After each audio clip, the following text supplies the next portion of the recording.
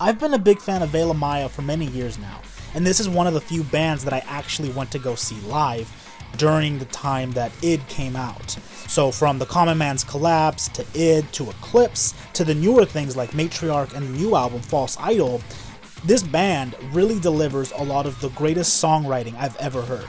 And it's a shame because a lot of people have never heard of this band and probably will never hear this band because they're so set in their ideals of listening to heavy music or Satan worshipping, whatever the fuck you want to call it. Metalcore, gent, heavy metal, this is good music regardless.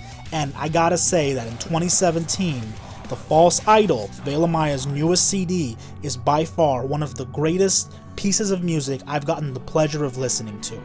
It's amazing on so many different fronts, and I highly recommend everybody check it out, because it will rock your socks off. False Idol improves on what their previous album, Matriarch, started. It seamlessly blends catchy, beautiful, clean melodies with heavy and fractured guitar riffs and relentless drums to continue their unique rhythm. This CD is heavy, it's catchy, it's glitchy and experimental with techie and disjointed riffs, and soft but powerful hooks. Guitarist Marco Kubo continues to deliver fresh and efficient sounds that continue the band's distinct sound. It's technical, sharp, heavy, and melodic. As the band's tour de force, it's nice to know he continues to deliver. Lucas's vocal range has only gotten better since his debut on Matriarch, much more refined and smooth. His vocals aggressively emote throughout the entire record in screams and growls, but he then crescendos into impressive choruses that are catered toward hit singles.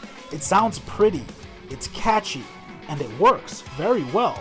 And then of course the record would be nowhere near as amazing without the proficient foundation of Sam and Danny on bass and drums. All four members have a powerful chemistry that produces powerful results. This album is my favorite for a very specific reason. It works. It hits all of the right buttons and it makes you want to listen to it again and again and again.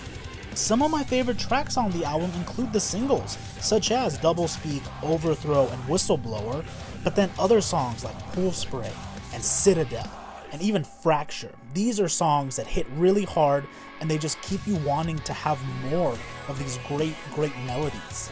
This is an album worth listening to, and if you haven't checked it out, or if this isn't your scene, please reconsider, because this album is great in so many different ways. So by far, this is my album of 2017, and if you'll excuse me, I think I'm going to go listen to it some more, because it's that fucking good.